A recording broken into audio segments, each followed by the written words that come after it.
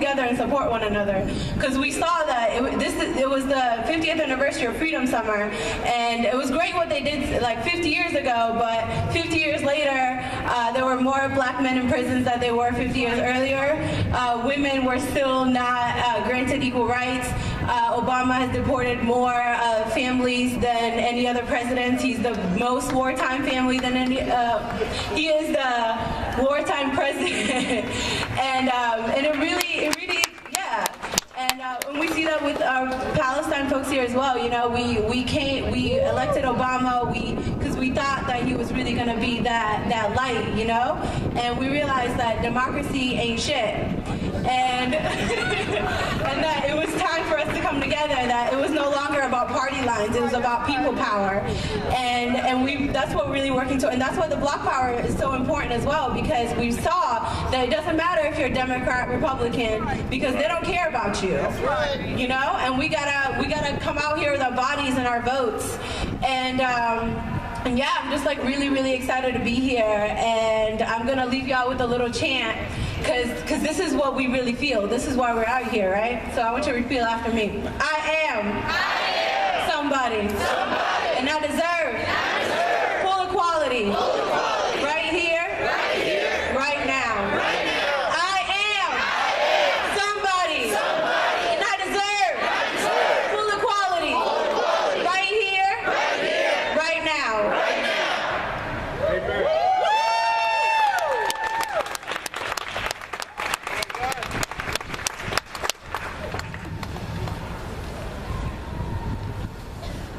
Is y'all out of energy? Yeah. That was a little weak. Can we get some more noise from our people out here? There we go. All right, our next speaker is my brother from the movement.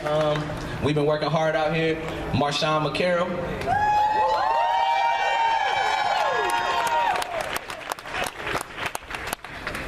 What's happening? How y'all doing, man? Yeah, man, I see a lot of people from all over town. I see people from in the city, out the city, religious people, non-religious people, but we're all here for a joint passion for people and power. All power to the people! All power to the people! This summer, we sent a group down to Nashville to talk to our governors about how we weren't satisfied with how their policies are dominating our communities. We never believed they were for the people. You know what I'm saying? In doing that, there were 5 of us, including myself, that were arrested because the police, they had the juice. They thought they had the power. All power to the people! All power to the people! We know that there's no justice in law and order. We also know that we won't find justice until we can fundamentally shift the relationships between our communities and law enforcement. That's right. We also know that we will not be able to achieve that until we can build power. All power to the people. All power to the people. One rule in power is that power is visible. I want to thank y'all for coming out and being visible with us. We got to keep showing up. Because one thing about that, we can't be visible today and gone tomorrow. Because they not killing us for one day. John Crawford was not no isolated incident, y'all. It's a pattern. They keep doing what they want to do with our lives and our bodies. And we know that our lives matter. We know that we have a right to love, live, and peace and power, man. All power to the people. All power to the people. All power to the people. All power to the people. Peace.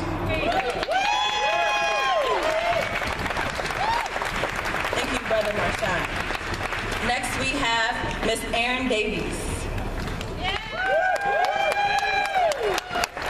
Hey everyone, I'm so honored and humbled to be here with you all today. My name is Erin Davies. I work with the Juvenile Justice Coalition, and every day I work for youth who are in the juvenile justice system here in Ohio. And what we know is that John Crawford, for me, isn't a blip. He's not a blip on the radar. It's a constant thread that runs through my work and runs through our lives. What we know about African American youth in the juvenile justice system here, African American youth make up 17% of our population. They are 80% of the youth who go to our adult prisons under the age of 18. So we see this in injustice. It gets worse as youth get deeper into the system, and we have to make a community, not an us versus them, but a we, to change this system. We need to stop guaranteeing youth that they will have a bed in a prison, whether it's juvenile or adult, and instead we need to guarantee them an education, a good mental health system, and a system that supports them in becoming positive, productive members of society that they can be. And we have to believe in that dream together. Thank you.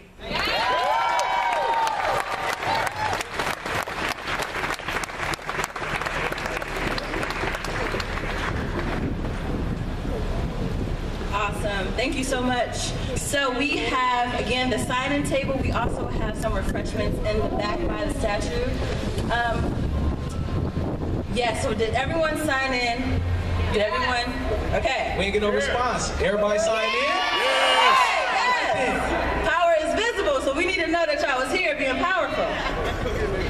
Awesome. So next on the, you guys ready? Okay, we have some wonderful youth coming to give their perspective to you.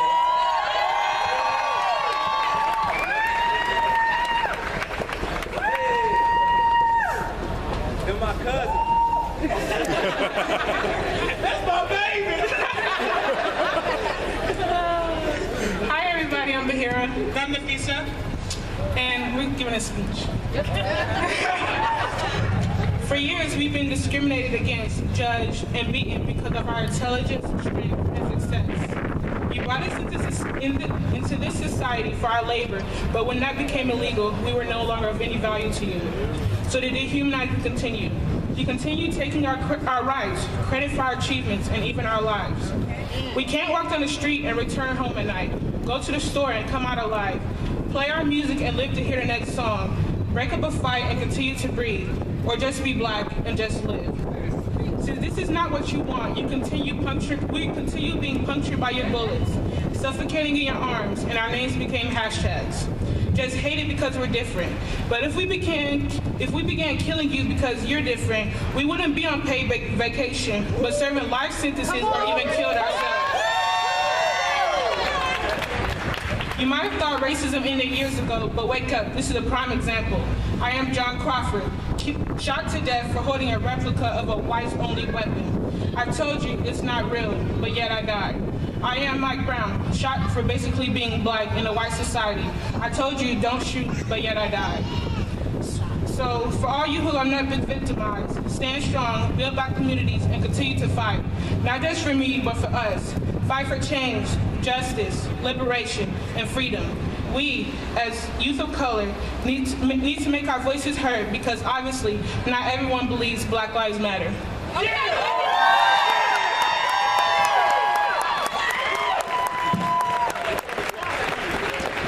I'm tired of turning on the TV and hearing about another one of my black brothers and sisters killed in cold blood for being human in a society that looks at us as less than.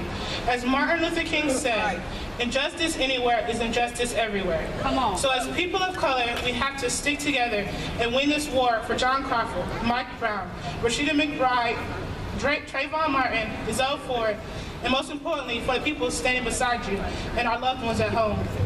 One of my biggest fears right now is that the names of our fallen brothers and sisters will fall back in the shadows without questions being answered or justice being served.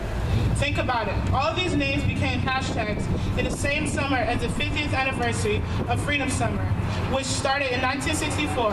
And sad to say, 50 years later, we're still fighting for the same thing. For our voices and our cries to be heard when they're needed most. We have to continue the fight for liberation and justice because I would hate for our next generation to have to live like us and those that came before us in fear of their lives being lost and hated because of the color of their skin. I've been asking why a lot lately, but because I've been seeking answers to all of this. But my new word is when. When will all this end? When will we be treated like our lives matter? When? Black Lives Matter, so our last word shouldn't be, it's not real, John Crawford. Don't shoot, Mike Brown, I can't breathe, Eric Gartner.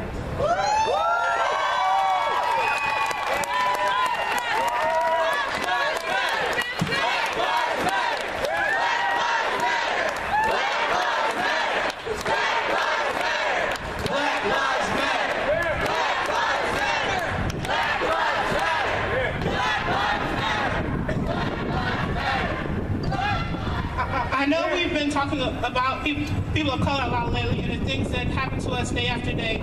But I would like to take a moment and thank everyone that came out today that is not Black or African American, because you all being here just goes to show that this is not just a Black person's problem. It affects everyone, no matter your race or background. We're all in this together. And I want everyone to tell themselves, and even the people around you, that they are beautiful and that their lives matter. And always remember, your voices matter, your lives matter, and most importantly, you matter. Thank you. So beautiful. So we are the Ohio Student Association, and we are about building power for young people. And that was powerful, right? Right. These are some of the youngest members we have in OSA, and they keep us going for real. They give us a good reminder of why we keep fighting every day. So next on the program, we're going to have a lovely song by Miss Keisha Saleh.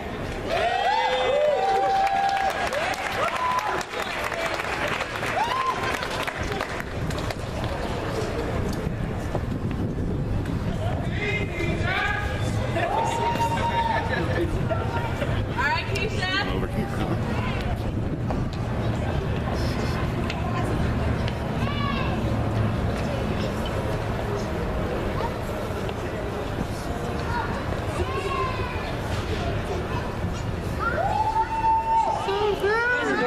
I'm pretty emotional right now.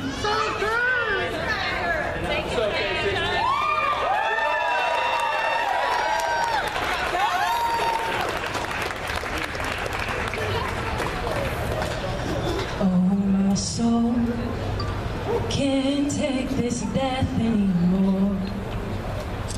Oh, my soul cries for peace. Oh, my soul can't hold these chains no more. I forgot I had a freedom song. Oh, my soul can't take this death anymore. Oh, my soul cries for peace. Oh, my soul can't hold these chains no more. I forgot I had a freedom song. Well, I've been praying all day and crying all night. I said my faith's been blinded by these red and blue lights. Don't wanna live in fear, but it's all I've known. I forgot I had a freedom song. My soul can't take this death anymore.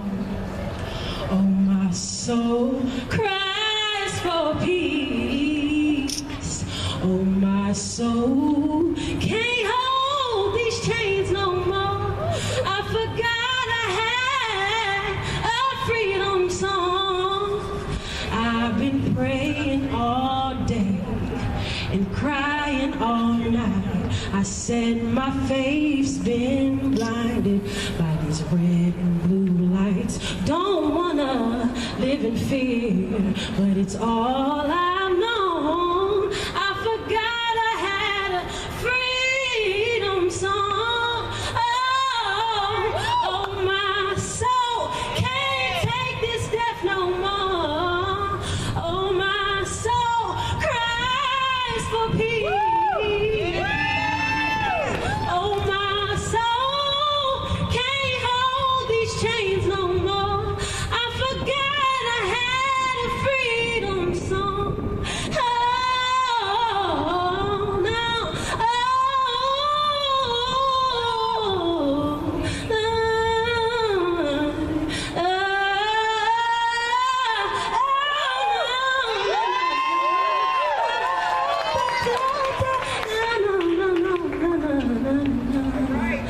Oh, my soul can't take this death anymore. Oh, my soul cries for peace. Oh, my soul can't hold these chains on. Don't you forget, you got a freedom song. Don't you forget, you got a freedom song. Don't you forget.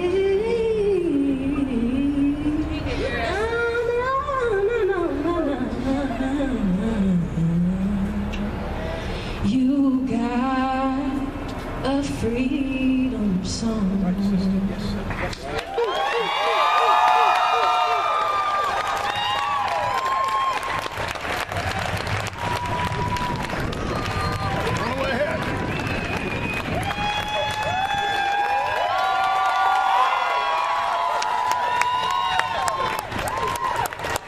Don't you forget that you have a freedom song. Don't you forget that. Thank you so much, Keisha. That was beautiful. Next on the program, we have Pastor Troy Jackson.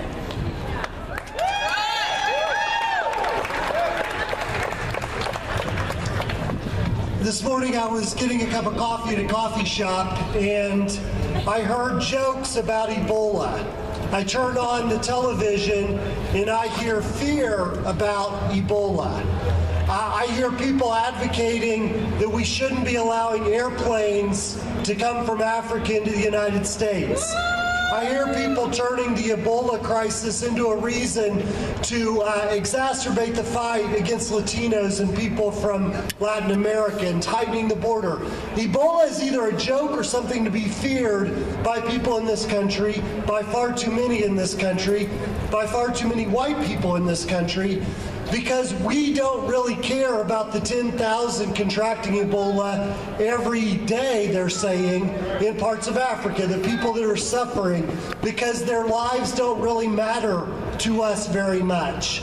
Let me suggest that we spend a lot of time in this country on stories that affect very few, and we spend precious little time on the lives of African Americans and people of color.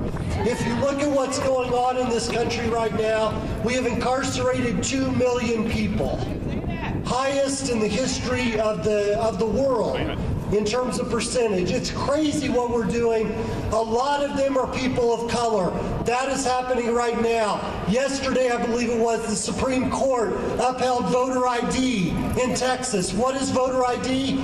A way to eliminate votes of young people and people of color. What's going on in Ferguson and Beaver Creek and New York City and around this country and in Florida? Young people of color are being gunned down by law enforcement, and they're told their lives don't matter. I have a doctorate in U.S. history focused on civil rights, and it occurred to me about a week or so ago that things have not been this bad for young people of color, and that includes immigrants and African American youth, since the days of Jim Crow. That's the moment that we are in. And what is needed is a movement that is up for this moment. Back in the 1960s, the people who led the movement were the young people in Greensboro, were the young people in Nashville, were the people of SNCC who joined the Freedom Rides. They were the folks that led the sit-ins. They were the children that came out and faced the fire hoses and the dogs. They were the children and young people that led Freedom Summer. It was young people who led the movement. What gives me hope right now are the words I heard about Freedom Side. The words I heard and what I'm experiencing when I hear stories from Ferguson and what I saw in an 11-mile march from Beaver Creek to Xenia about 2 or 3 weeks ago. That is that there is a movement of young people of color that is ready to lead. They're not only ready to lead, they are leading us at this moment.